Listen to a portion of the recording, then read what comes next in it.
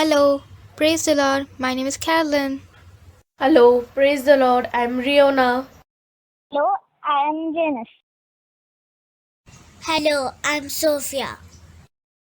My name is Kezia.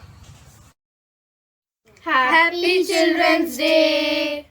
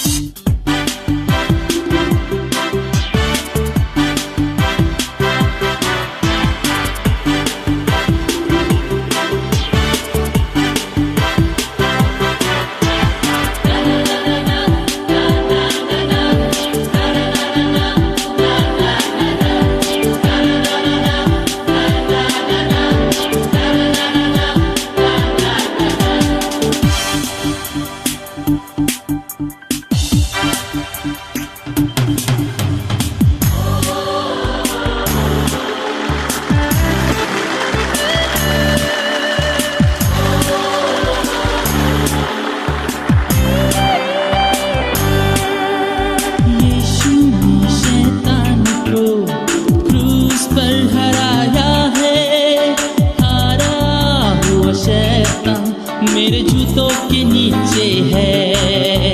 यीशु ने शैतान को क्रूस पर हराया है। हारा हुआ शैतान मेरे जूतों के नीचे है।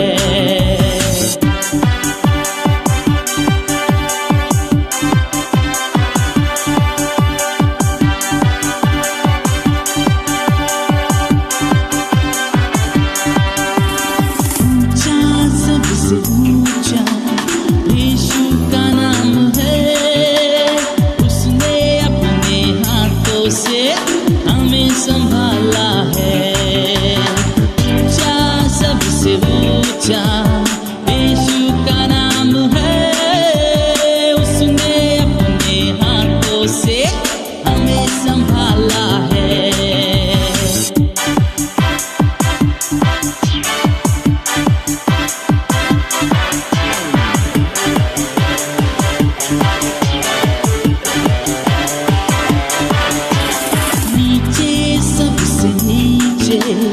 शैतान का नाम है, यीशु के नाम में मैंने उसे जूतों से मारा है।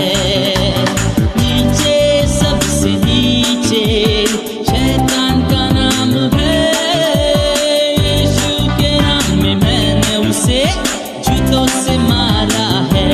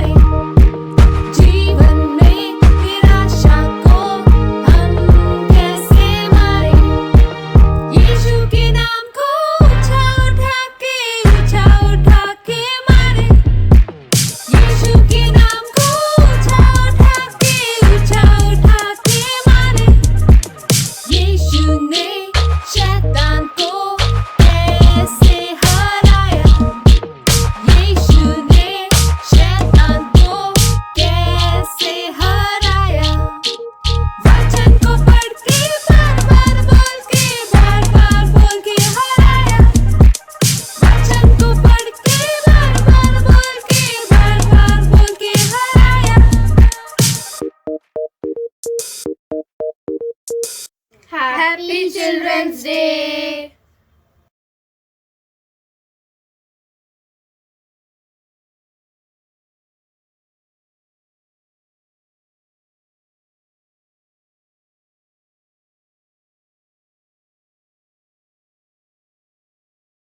Dear children, I greet you in the name of our Lord and Savior Jesus Christ. A very happy Children's Day to you all. I hope you all are doing well, enjoying God's grace, blessings, and care. Today, on the occasion of Children's Day, I am going to tell you one story. So, it's a story time now. Have you heard about lie detector? It is something interesting. It's a system that assesses a person's speech. It tries to find out if a person is lying, if there is a deceit in his mind. This instrument conducts polygraph test.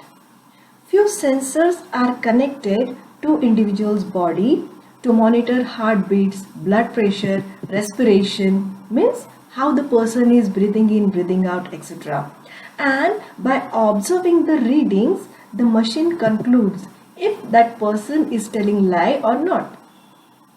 Polygraph tests are usually conducted for security screening, for example, to identify individuals who can be serious threats to national security. But experts say that there is no evidence of its effectiveness. Let us think about deception in day-to-day life. Has this sometimes happened to you that you trusted somebody as a friend but they were not trustworthy? They deceived you. They turned out to be selfish, just taking advantage of your nature or your help. You might have shared something with them, but they did backbiting and spread rumors about you. Yes, it happens when we put our trust in wrong people. Something similar happened with Joshua. Yes, I said Joshua, the one who led the people of Israel after Moses, the one whom God promised that I will be with you wherever you go, the one who crossed the Jordan River, who defeated the mighty city of Jericho, the one who defeated the people of Ai with smart strategy. The same Joshua was one deceived by people of Gibeon. What exactly happened? What went wrong? Let us see. The victories of Israel became known to all the kings reigning in the west of Jordan, in the hills, in the foothills, and all that area. The kings came together and joined forces to fight against Joshua and the Israelites. But the people of Gibeon, who were Hivites, and they heard what Joshua had done to Jericho and Ai. So, instead of fighting against Joshua, they decided to deceive him. They went and got some food, loaded their donkeys with old sacks and old wineskins. They put they put on ragged clothes and old sandals, and the bread they took with them, it was dry, moldy, very stale. With all this preparation, they went to the camp at Gilgal, and they said to Joshua, "We have come from a distant land. We want you to make a treaty with us." But the Israelites said, "Why should we make a treaty with you? Maybe you live nearby." They said to Joshua, "We are at your service, sir. We are your servant."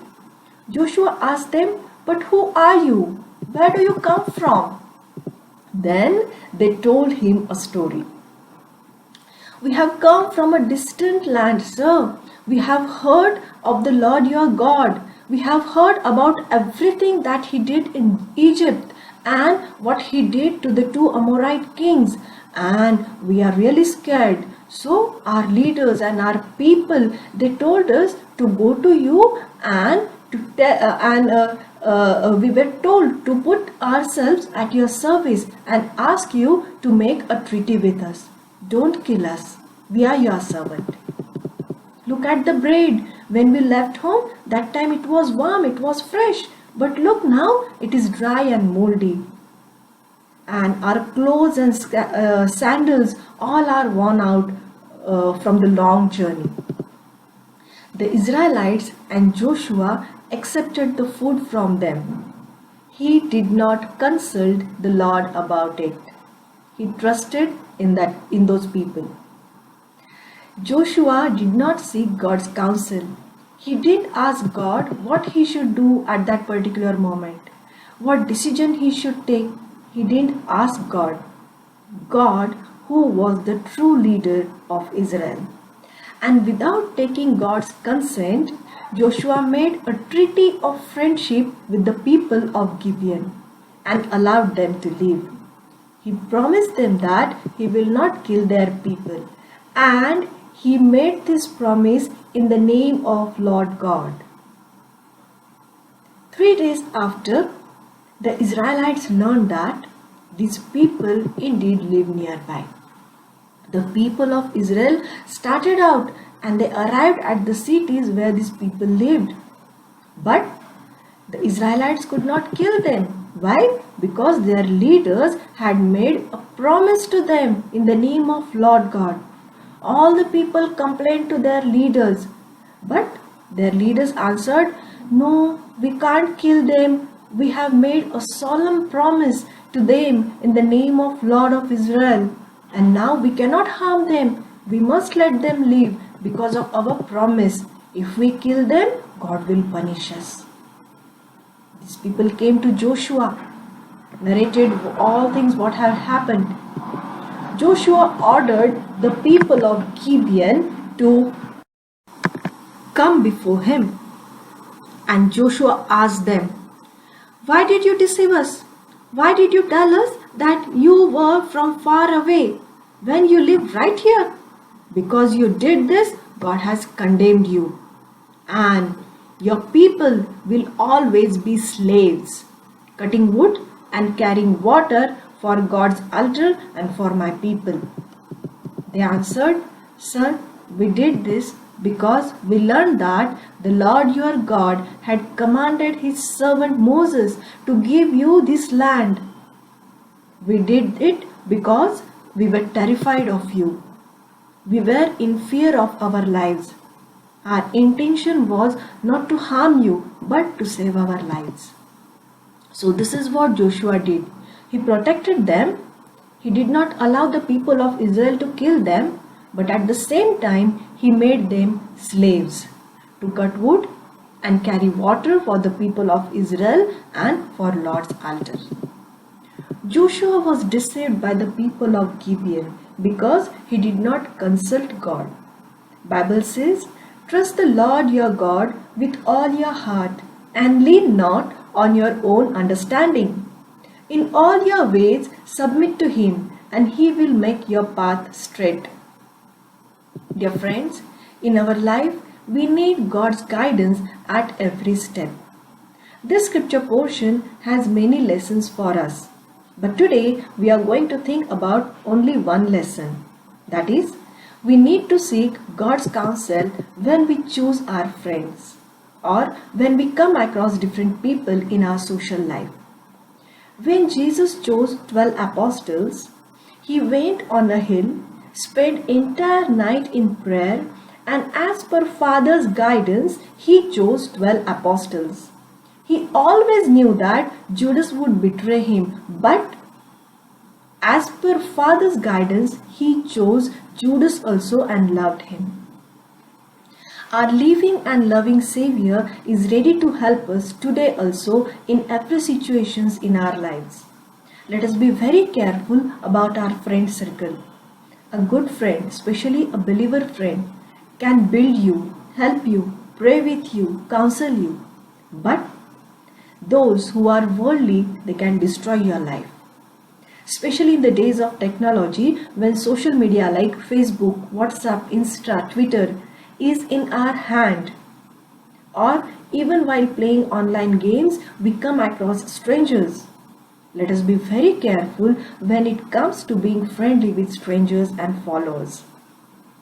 Even in Christian circle, we should not trust everyone who comes by the name of Lord Jesus. In 1 John chapter 4 verses 1 to 3, Apostle John warns us not to trust everyone who comes by the name of Jesus. He says, "Do not believe every spirit, but test the spirits to see whether they are from God." And how do we do that? By praying and asking our dear Savior to guide us, to show us what we should do. By obeying His commandments, we are really safe and secure. When the Almighty, all-knowing God is ready to help us, we don't need to carry any lie detector system with us. We are safe and sound in His hand. May God bless us all. May He lead us and guide us in our day-to-day life.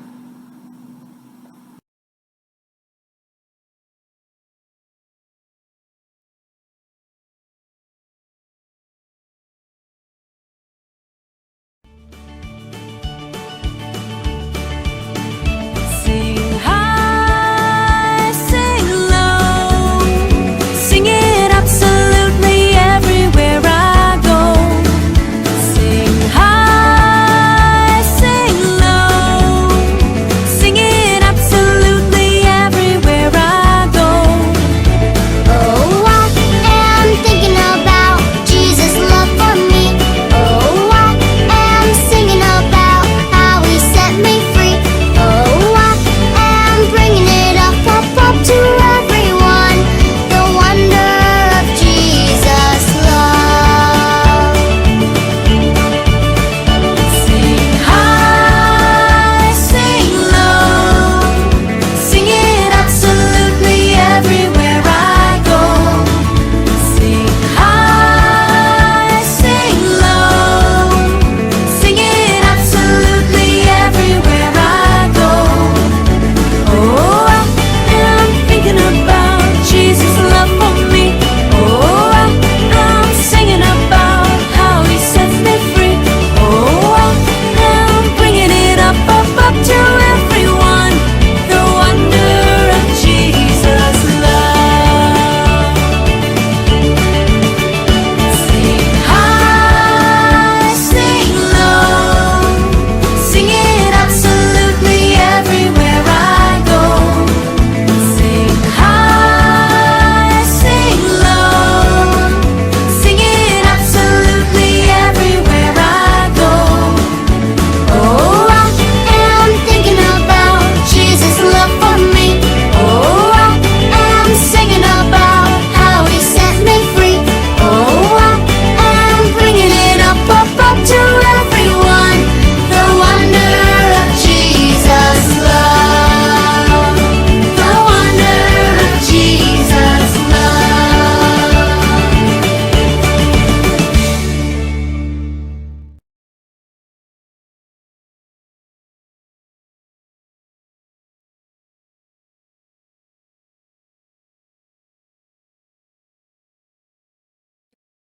Hello everyone. As some of you know, my name is Dorothy Uzgare. I participate in the songs and worship with my sister Shireen Uzgare. Recently, I accepted the free gift of salvation, and I would like to share my testimony to you all. The Bible declares in Romans 3:23 that for all have sinned and have fallen short of the glory of God. Like we heard in last week's message by Sanjazuba. It says that we are all sinners and that we need a Savior. And that Savior is Jesus Christ. I have heard Bible stories and sang songs in church, but I realized that none of that will get me to heaven, to be with Him. The only thing that will get me to be with Jesus Christ is repentance and faith in Him. Sure, I sang songs, heard Bible stories, and prayed, but did that really matter without any faith?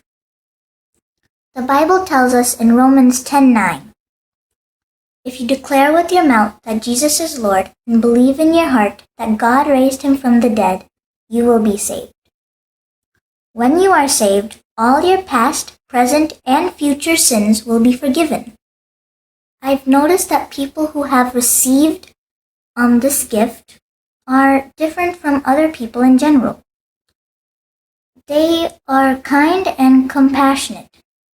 They have this love for others, and this love is the love of Jesus Christ in them. I wanted that love so I can show it to others and that I could pass it on. I wanted to be closer to God, have a special relationship with Him, so I can encourage others to do the same. And I hope that I have encouraged the people who are watching this right now to accept this free gift and pass this on to others. Thank you.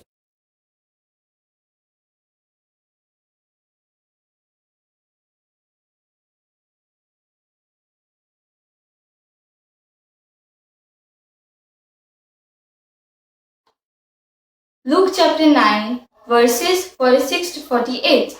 An argument started among them as to which of them might be the greatest. But Jesus, knowingly what they were thinking in their heart, took a chair and stood him by his side, and said to them, Whoever receives this child in my name receives me, and whoever receives me receives him who sent me. For the one who is least among all of you, this is the one who is great. May God bless these verses. Amen.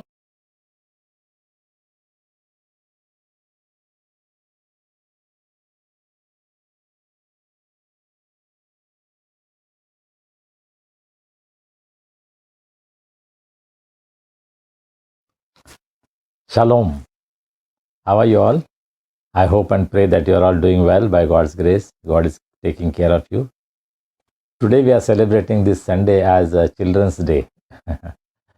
14th November is celebrated as Children's Day.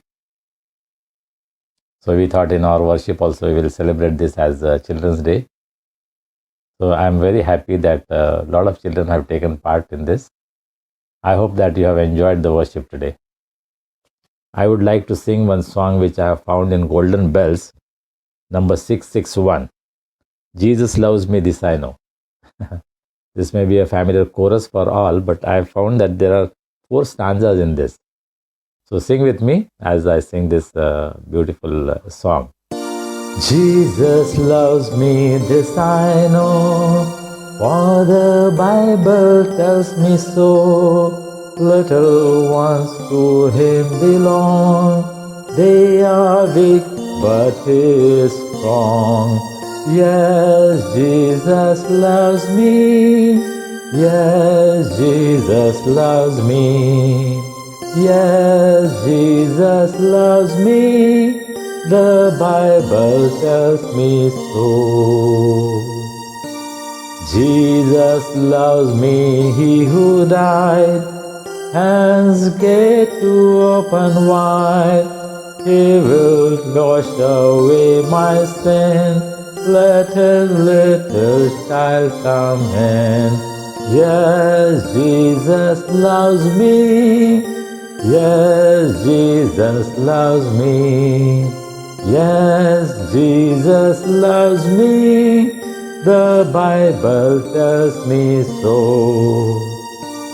Jesus loves me still, when I'm very weak and ill.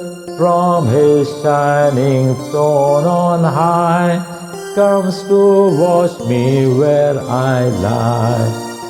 Yes, Jesus loves me. Yes, Jesus loves me. Yes, Jesus loves me. The Bible tells me so. Jesus loves me, He will stay close beside me all the way. If I love Him when I die, He will take me home on high. Yes, Jesus loves me. Yes, Jesus loves me. Yes, Jesus loves me. The Bible tells me so. Let us bring our gifts and offerings to the Lord. Today we are giving these gifts especially for the children's ministry. for the cause of children. Wherever you want to send this, wherever you want to send your offerings, please make it sure that it is used for children's ministry, for children's needs. Okay, let's pray. God, our loving Heavenly Father, we thank you for this beautiful day that you've added to our lives. We thank you for this wonderful opportunity that you have given us to come together and worship you. We thank you for the children in our homes, in our society, in our church. We thank you, Lord, that children are a gift that you have given to us, to the church, to our community, to our homes. Help us, Lord, to love them, honor them, provide for them, and take care of them. We pray that you will bless all the little children today. You will guide them, Lord, in their life. Lord, help the little children to know you as your Lord and Savior and walk in your ways. Dear Lord, we have brought small offerings as a token of our love for you. We pray that you'll bless these offerings, you'll multiply it, and you'll use it for the ministry among children. We thank you for this time of worship. We thank you for this time of meditating upon your word. As we look into your word, we pray that you'll open your word for us. We pray that God, the Holy Spirit, will be our teacher and guide us into your truth. We submit ourselves, Lord, into your hands. Lead us and guide us. For we pray this prayer in Jesus' precious name. Amen. I'm grateful to all the children, their parents, their grandparents, their uncles and aunties who have helped us in this worship today, encouraging your children to take part in the worship. And I hope that it is not once in a year occasion, but very often you will encourage your children to take part. I'm grateful to all the children who have taken part. I do not know all who have taken part because my brother Peter decides all that is sent to him, and then only the final product we know who all are taking part. But I know that my nephew Deepak Usgare, his daughter Dorothy, has shared her testimony. We are extremely happy to hear this news that she has given her life to the Lord. She has accepted Jesus Christ as her Lord and Savior. She is only 12 years old, but this is such an important decision that she has made her life. And I want to tell you this, that all over the world, people who are strong in the Lord have committed their lives to the Lord when they were children. I committed my life to the Lord when I was in college. Deepak told me that when he was in 11th standard, he gave his life to the Lord. You know, we conduct VBS, we conduct Sunday school, we conduct many programs, and many children make commitments to the Lord. And that is the foundation of their Christian faith. That is the beginning of their Christian life, their walk with the Lord. And so I'm very delighted, and I want to congratulate Dorothy and her parents for encouraging her in making this decision. I hope and pray that all the parents who are listening today will think about this. Have your children received the Lord as their Savior and Lord? Have your grandparents accepted the Lord Jesus Christ in their life? You know, this is such an important decision in one's life. I think this is perhaps the most important decision that one can make. It is because it affects your life in eternity. So encourage your children to make a decision. If you cannot help them, send them to a place like Sunday school or Vacation Bible School, in Scripture Union, in Youth for Christ, Child Evangelism Fellowship. There are so many people who are doing ministry among children. So let's encourage them. Let's pray very specially for all these ministries. I want to thank Nirek Nikhil Thorat for reading the scriptures for us in Marathi, and in English, Genesis Sushant Dhotekar, the granddaughter of Bishop Dhotekar from Nagpur. She has read the scripture for us in English, and I am grateful to her. And there are two people who I requested if they could share stories to the children. These two sisters, Sister Seema Bahadur and Sister Swati Dongre, they are Sunday school teachers and they are very actively involved in children's ministry.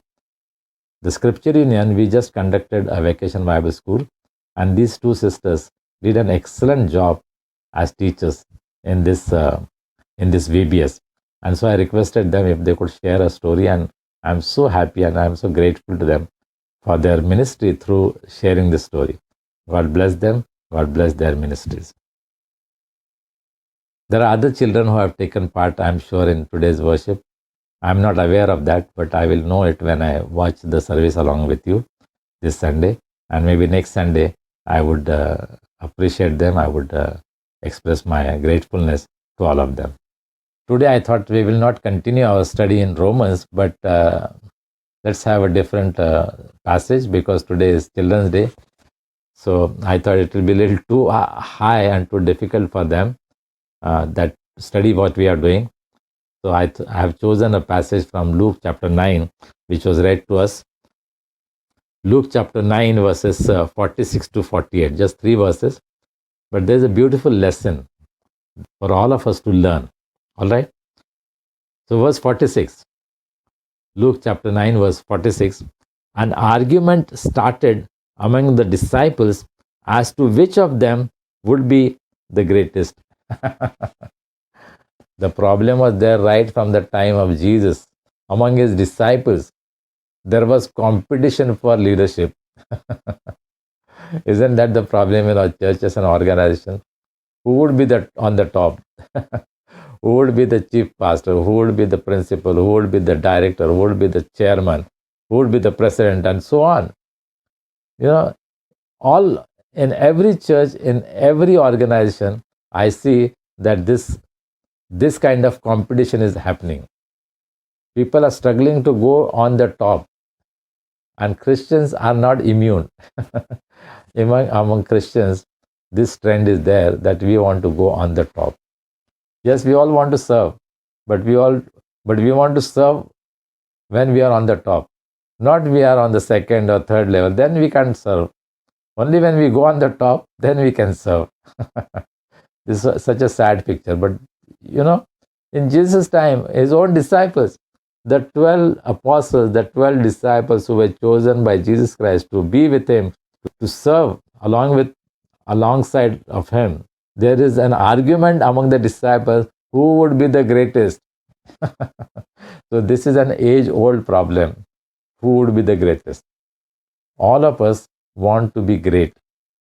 You know, whether people accept it or not, but every one of us, we want to be the great. Nobody wants to be the servant. Nobody wants to be in the second place. We want on the top, the first place in the society, in the church, in the organization, everywhere, you know. Now people say that there is a lot of politics in this church and that church. But according to my experience, I have not found any place where there is no politics. There is no place, no church, no organization where there is no politics. Every place I have found. Even if there are 5 members in the church, I have found that there is a politics. Who would become the president? Who would become the treasurer? Who would become the secretary? And so on. Even among 5 people. And I have seen small churches split into 2. Even if there are 10 people, I have seen that they split and 5 people go there and 5 people stay here. I have seen that happening. So let us not point fingers at others. Let's not say, oh, that church is having problems, this church is having problems. We all have problems. See, the problem is with us and our human nature. We have that desire to go on the top. We want to be the greatest. Whether we qualify or not, we all want to be on the top. We are not willing to wait for the Lord to take us to the top. We are not willing for our colleagues to suggest that yes, you should be on the top. But we all desire that I should be on the top. And when the desire becomes so strong that you forget your spiritual principles, then that causes a lot of problems.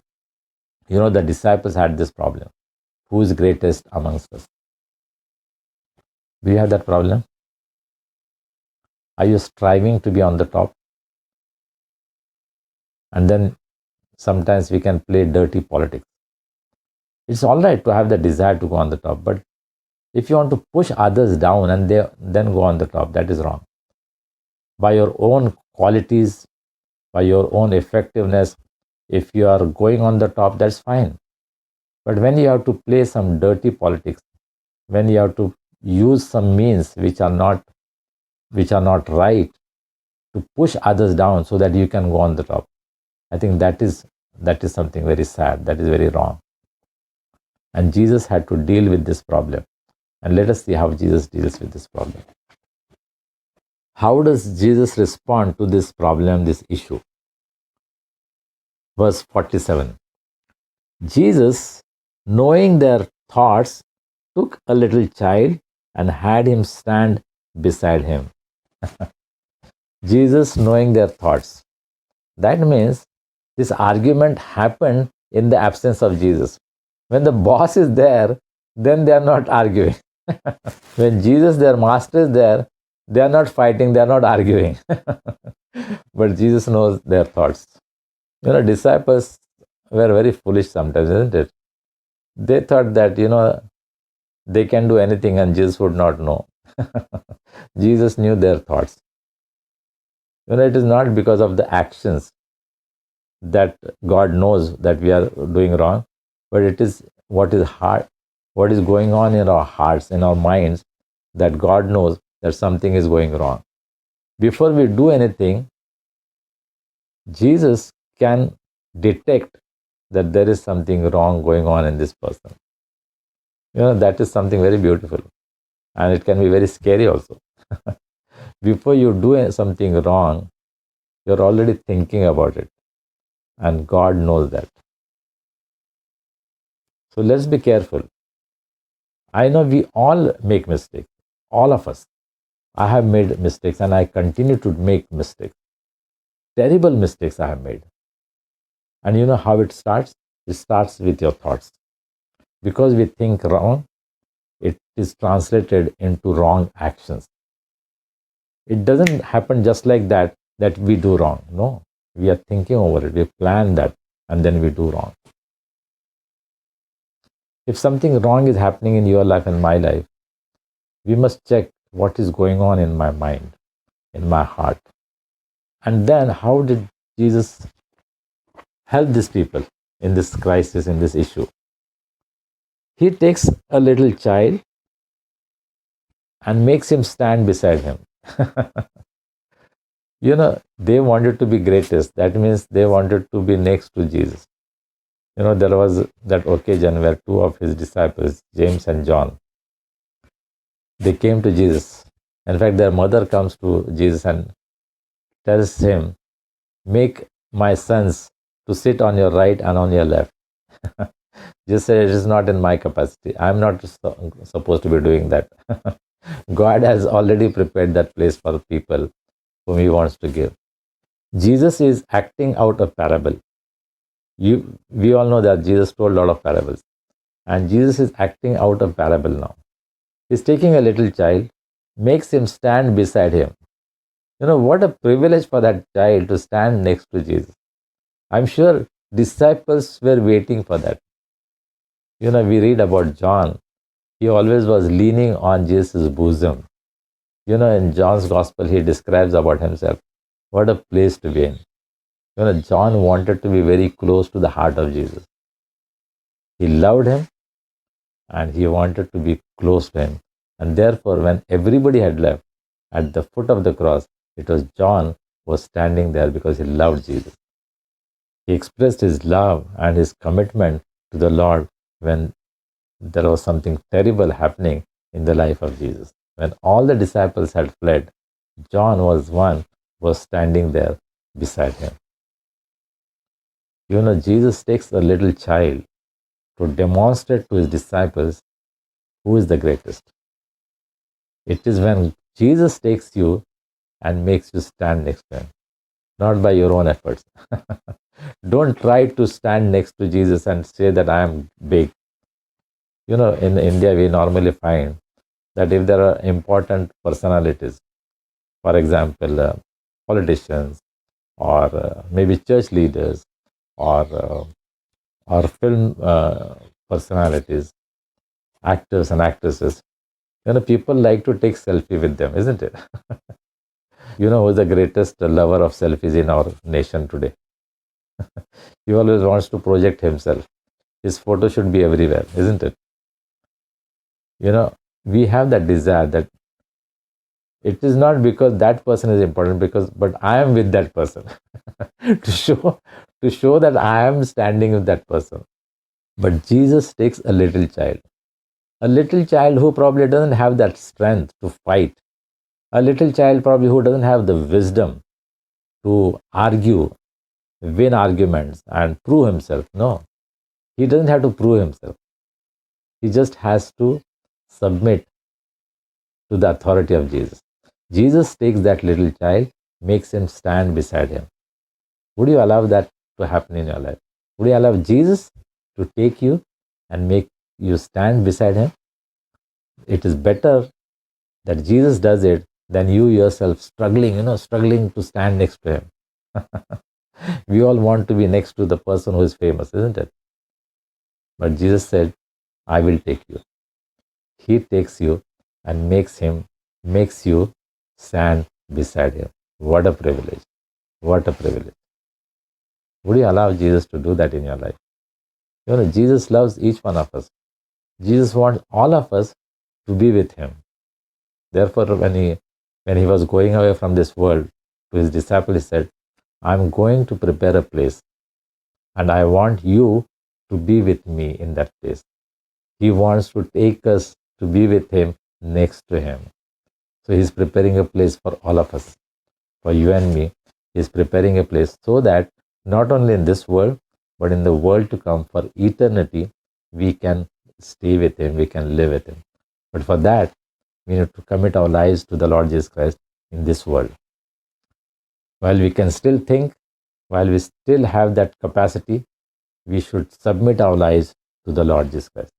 As we grow older, it becomes difficult to submit our lives to the Lord Jesus Christ. It becomes harder and harder as we grow in age. But when we are young, when we are children, it is very simple. When the invitation is given, come children, give your life to the Lord Jesus Christ. Children are very happy and very eager to submit their lives to the Lord Jesus Christ. So today, I want to appeal to all the children. Give your life to the Lord Jesus Christ, and he will make you stand next to him. Those who are older, if you have not made that decision, please give your life to the Lord Jesus Christ. Submit yourself in the hand of God. Accept him as your Lord and Savior. Jesus is acting out a parable. He takes a little child, makes him stand beside him, and then he is talking to his disciples. What does he say? Verse 48. Then he said to them, whoever welcomes this little child in my name welcomes me. And whoever welcomes me welcomes the one who sent me. For it is the one who is least among you all who is the greatest. Jesus changed the paradigm.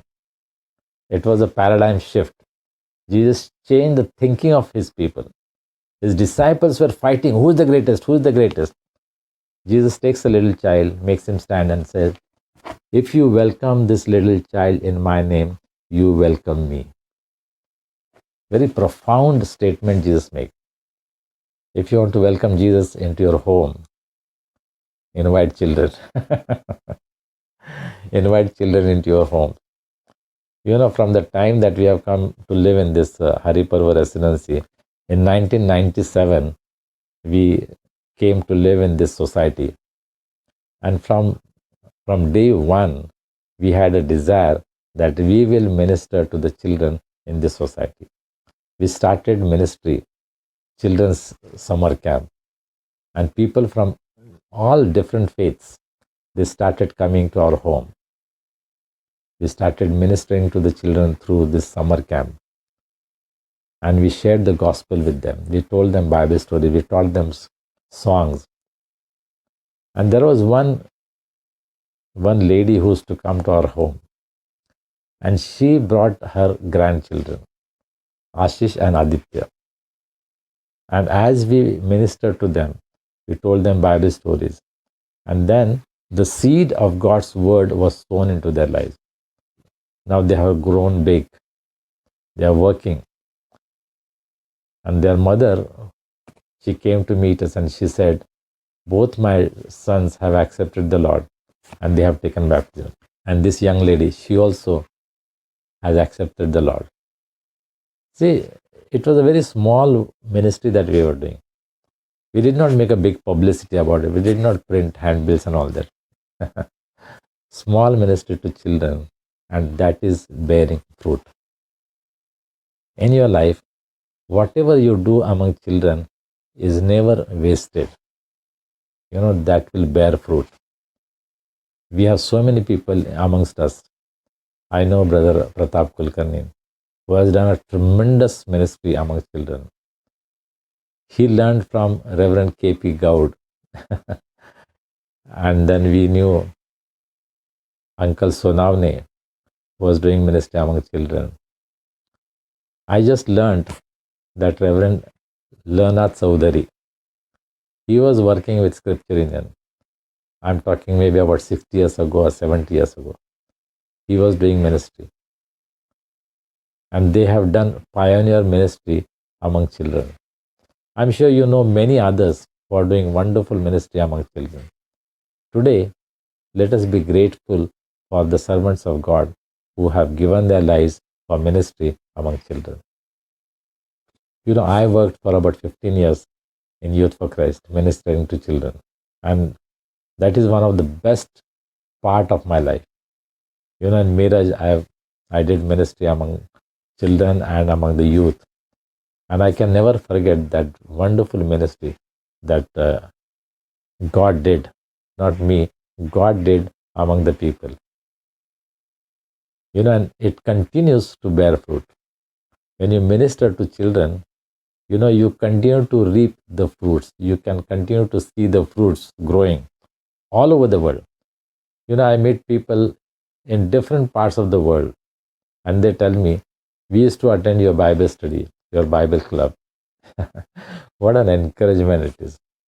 God has helped these people when they were children to receive the word of God, to commit their lives to the Lord Jesus Christ, and God has made them instruments in His kingdom to spread the love of God among others now. If you welcome this little child, you welcome me. Think about it. Next time when you see a little child, maybe he is in distress, maybe he is in difficulty, maybe he is going through a lot of trouble. Reach out to him. When you do that, you are welcoming Jesus into your life. And Jesus further said, when you welcome me, you welcome my Father who has sent me. So we are honoring God the Father. When we do ministry among children, we are honoring God the Father. Today, as we celebrate Children's Day, let us think about the ministries among children. It could be your Sunday school. It could be any ministry like Scripture Union, Youth for Christ, Child Evangelism Fellowship, and there are so many others who are doing ministries among children. I still remember Mr. Lakshman Shinde. The staff was working with Child Evangelism Fellowship. From Mumbai, he used to come to Kalyan and do ministry in our Vernon Memorial Methodist Church. He was sowing the seeds of God's word into our lives. During those days, we were encouraged to learn the word of God. And one of the things was to memorize the books of the Bible. And I can still remember because I learned at that time. Because the servants of God taught me how to memorize the books of the Bible. And I learned Utpatti Nirgam, Leviya, Ganana, Anuvad, Yahusha, Shastri, Ruth, Pehele Shamal. All that I learned. And it is still helping me.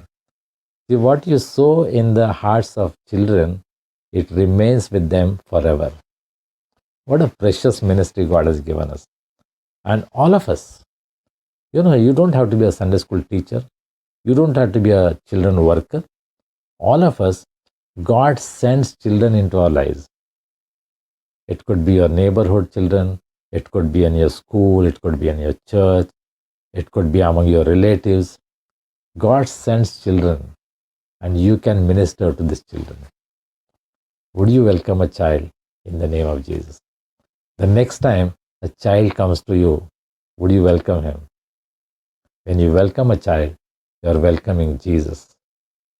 And finally, Jesus summarizes this acted out parable. He makes a very important statement and the principle he shares. What is that? For it is the one who is least among you all who is the greatest. Who is the greatest? It is the one who is least among you. Jesus demonstrated this very important principle through a acted out parable. He takes a child who is maybe helpless, a child who is not very powerful. But Jesus said, he is the greatest. He is the least, but he is the greatest. That is the principle in God's kingdom. In our church, do we follow this? One who is the least is the greatest among you. It is the other way in our churches. One who is powerful, one who has a lot of following, one who can be very effective as a speaker, one who does great things. We think he is the greatest. No. Jesus says one who is the least among you is the greatest. Are you able to understand this? Are you able to accept it? Are you able to appreciate this? Jesus is saying, one who is least among you all is the greatest. It opens our eyes. It opens our understanding. The world doesn't think like that. The principles that Jesus lays down are contrary to the principles of this world. I just want to give an example. Last night in our society, people were bursting firecrackers at about 11:30, 12. So I went out and I asked them, what's happening? Why you are bursting firecrackers? You are disturbing everybody. They said, because Pakistan is defeated, so we are celebrating. See, they are not celebrating the victory of our team, but they are celebrating the defeat of our enemies. That is the principle of this world, that you can celebrate the defeat of others also. You not only celebrate your victory, but you also celebrate the defeat of your enemies. What did Jesus say? Bless your enemies. Don't curse them, bless them. In other place, God's word says, do not rejoice if your enemy is in trouble. We are not supposed to celebrate the downfall of our enemies. If something happens in somebody's life, we do not like that person, let us not celebrate that. Let us have compassion. Let's try to help that person. The world has different principles, but Jesus sets different principle. It's a divine principle. The one who is least among you is the greatest. So who is the greatest in our church today? Sometimes we think the pastor is the greatest, or whoever the spiritual leader, we think is the greatest. No. If Jesus would look at it, maybe he would say, oh, that person who is the watchman, maybe he's the greatest. Or that person who sweeps the church. Or the person or the lady who comes regularly and prays in the church. One who is giving donations very quietly without making a big fanfare about it. Without making a big noise about the donations and offerings. One who is quietly giving for the ministry. Maybe Jesus would say that person is the greatest. On this Children's Day, let us examine our thinking. What principle drives us? Who do we think is the greatest? One who is powerful, one who is mighty, one who is very effective, one who is charismatic, or one who is very simple, one who is very humble. Moses was the greatest leader of the people of Israel. And you know what was his quality? He was the most humble person in the world. The most humble, God lifted him up. And that is the principle of God. Do you desire to be greatest? You must learn to be the least among all. And Jesus demonstrated this principle through his life. He washed the feet of his disciples to show that he is willing to serve. He is willing to sacrifice. Sometimes we can have a ritual in our church, washing the feet of each other. But do we from our heart desire to be servants for each other. The pastors and others, the leaders in the church are called the servants of God. I wonder, are we servants really? Or we want to show how great we are? We want to show how powerful we are. Look at the lifestyle of some of the people. I heard one person boasting, oh, my pastor, he has 1,000 suits in his wardrobe. He was boasting, he is so rich. Is that something that you can boast about? You should be ashamed. When people are without clothes, you are boasting that you have 1,000 pieces of clothes in your wardrobe? What a shame. What kind of a leader you are. Today we know that we have Christian leaders who have their private jets. That's okay. But when you boast about it, oh, I have private jets with me, that is how powerful I am, that is how rich I am. I think we need to be ashamed of that. That is how the people of this world boast about themselves. But as children of God, as believers in the Lord Jesus Christ, as servants of God, what are we boasting about? Are we boasting about how many people we are able to share the gospel? Are we boasting about how many poor people that we have helped? What do we take pride in? On this Children's Day, let's examine our hearts. Jesus said, unless you become like little children, you cannot enter into the kingdom of God. Forget about any position. You have no entry also in the kingdom of God unless you become like children, unless you humble yourself. There is no entrance for you. In this world, we can boast about many things. I am this in the church, I am that in the church, I have this position and that position. But when God sees you, He might say, you don't even have entry into my kingdom because you are not humble like a little child. Today on this Children's Day, can we humble ourselves? Can we make a commitment that I would remain humble for the kingdom of God, for the glory of God? I will always remain humble so that Jesus will be exalted. It is not my glory. The glory belongs to the Lord Jesus, to God alone. God bless you all. Let's pray.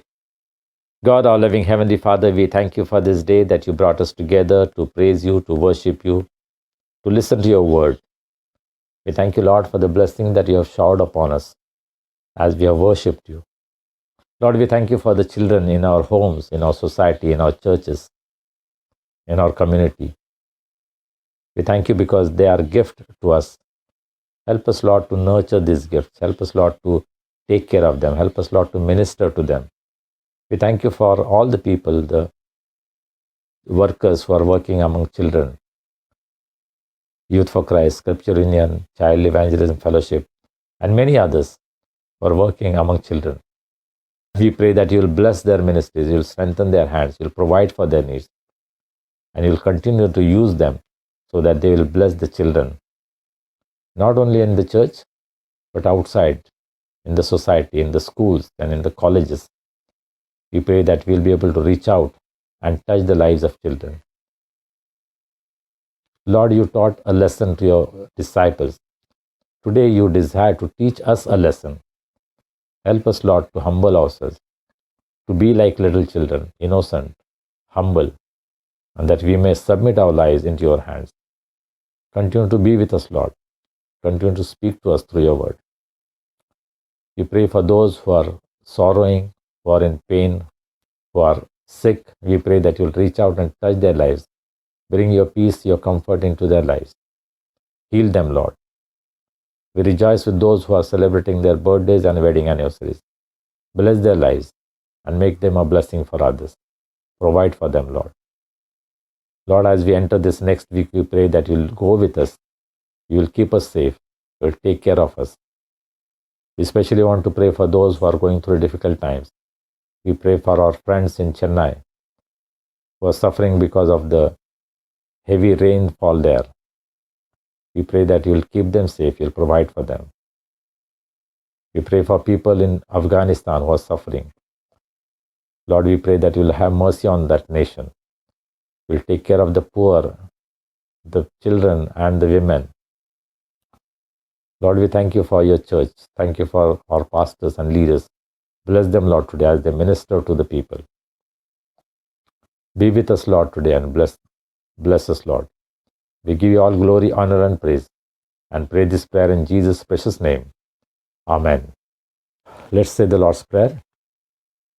Our Father, who art in heaven, hallowed be thy name. Thy kingdom come. Thy will be done in earth as it is in heaven. Give us this day our daily bread. Forgive us our trespasses, as we forgive those who trespass against us. Lead us not into temptation, but deliver us from evil. For thine is the kingdom, the power, and the glory, forever and ever. Amen. And now the grace of our Lord Jesus Christ, the love of God, and the fellowship of the Holy Spirit rest and abide with each one of us, especially with all the children and all God's people, both now and forever. Amen.